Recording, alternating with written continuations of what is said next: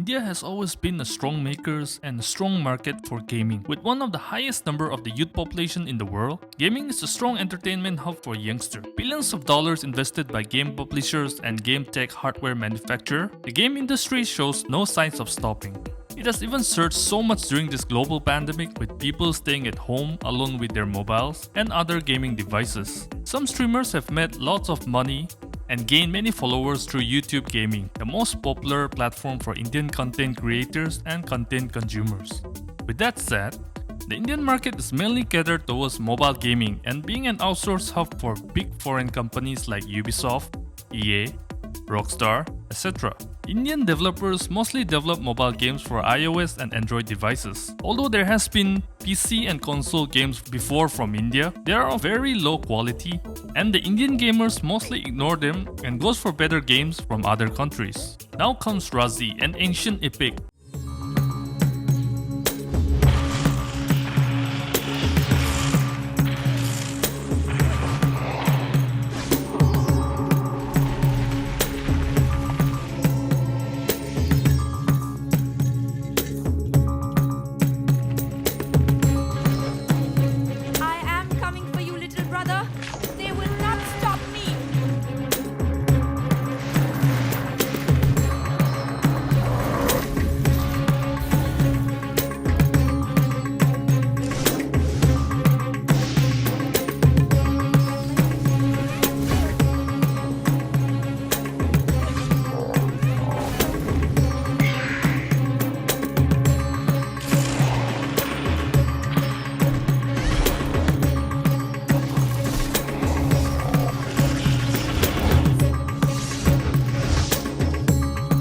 Be ready, Raji.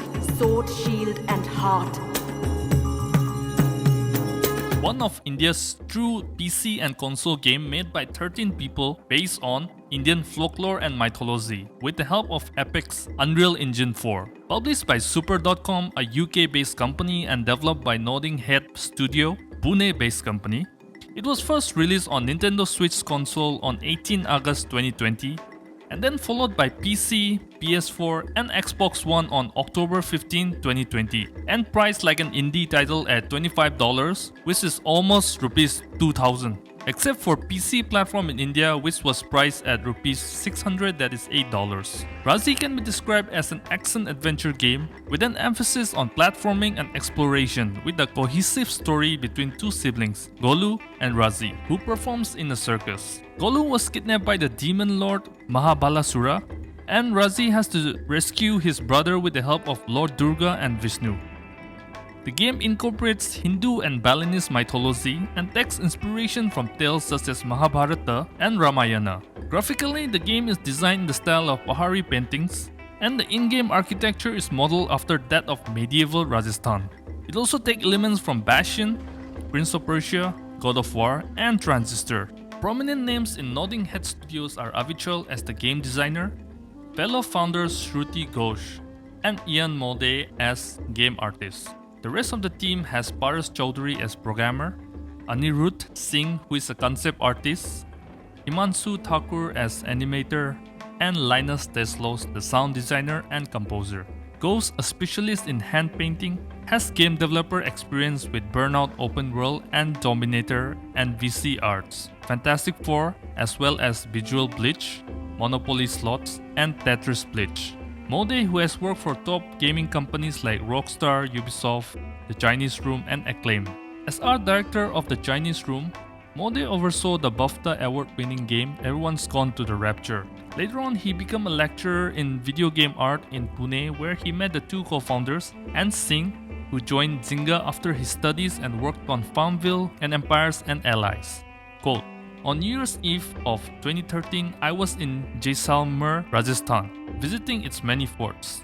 Quote, Vijay began on being asked how the idea behind the game came to be. Quote, "I was completely enchanted by the architecture of the forts and started to think it would be a fantastic idea to have a game in this setting." Quote, and the music composition is done by Linus Teslos from Greece, who came to India in 2014 and learned musical instruments such as Ravana Hatha with the right mixture of sitars, tablas, violins, and castanets.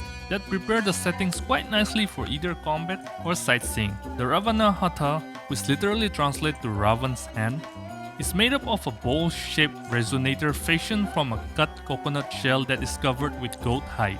A long bamboo body, the dandi, is attached to the bowl. The principal strings are made up of steel and horsehair.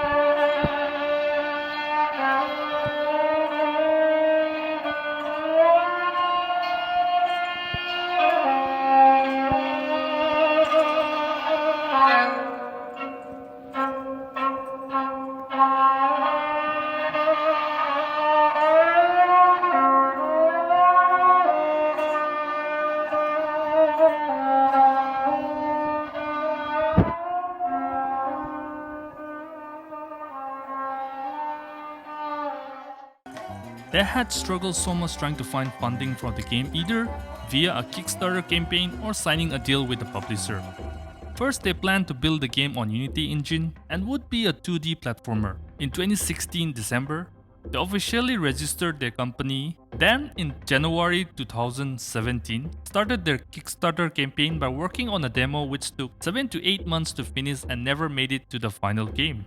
Their campaign was not able to gather enough money to fund the game. People like the art of the product but not the gameplay, so they spend months tweaking it and they have to rely on their own savings to support the development. Shruti Ghosh, one of the co-founders, had to sell her apartment to keep the balls rolling. A saving grace on the team was the Unreal Dev Grants, a 5 million fund supporting developers working with Unreal Engine 4, but it still was not enough. The team went through a rough patch to pitch in to publishers, but the publishers don't understand the business of making PC and console game in India, as the market is mobile game centric, so they were turned down various times. It was even harder that the team has no previous work to show as a company, as it is the first time they were working on a game together, even though they have worked on various games on an individual basis. Finally, they were able to sign a deal with Super.com and agreed to aim at the international audience.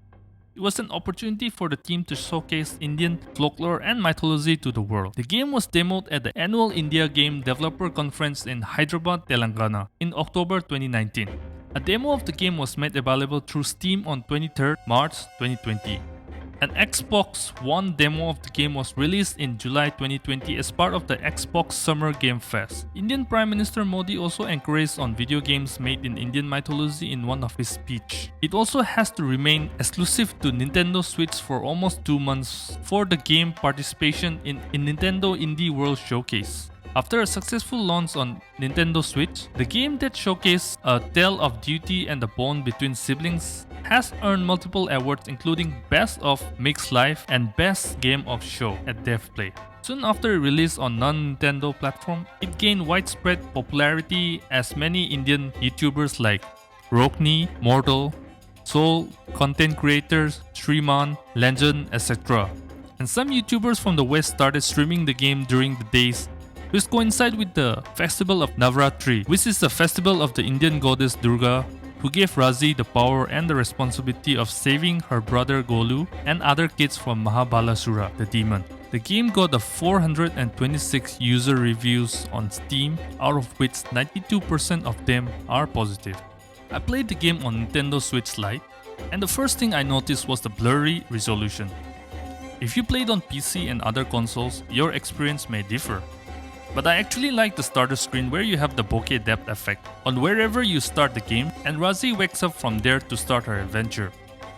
The Trishul, the bowl, and the sword and shield are very fun weapons to play with. Since Raji is a circus performer, her dance of acrobatics in combat is a fantastic addition and makes it very enjoyable. The enemies are varied enough, and the wall-running combat and the killer music accompanying the fight makes for a killer combo. The environment of ancient Indian structure with the camera panning and the stunning lighting makes me very appreciative of the art of the game, which makes the gamer learn about Hindu mythology, which is optional. Although I wish the general texture of the whole game was a little higher quality and was not muddy like. The Balinese puppet cutscene was very unique and moved the story forward without having developers make expensive 3D cinematics, which takes more time, money and effort. I also like the minimalistic UI, which doesn't get in the way of the game. The puzzles are simple and shows some backstory of the relationship between Raji and Golu. Some attention to details was given to the sound of the ankle bracelet of Raji when she moves. The voice acting of Raji sometimes falter, but overall it was good. The upgrade skill tree is very confusing and cluttered, so I have to force myself to use it to progress. The frame rate sometimes tanks when the game shows last environments on the Switch, but overall the performance was good. The boss fights are good but also kinda standard in a way, although the first boss stands out the most for me. Sometimes the camera doesn't show the 3D perspective properly and you will die a lot while trying to jump from platform to platform. I also don't like the way the combat area many times shield off walls or pillars which I can use to perform different combat moves. My biggest disappointment in the game is the cliffhanger ending, which a sequel is sure to follow, and even the developers have quoted saying this is a franchise in an expanded universe. I wish there was the Hindi audio support in addition to the Hindi subtitle for authenticity of the voiceovers, and the story like many other games which takes place in non-English speaking locations do. When I play Metro Last Light, I kept the language audio as Russian and keep the English subtitles and make it more believable. Recently, there was an update to the game regarding players finding an exploit to defeat the chieftain boss, and the developers, they have also completely removed DRM from the game right now. But what does Raji mean for the gaming industry? This game should kickstart the PC and console gaming industry made by India.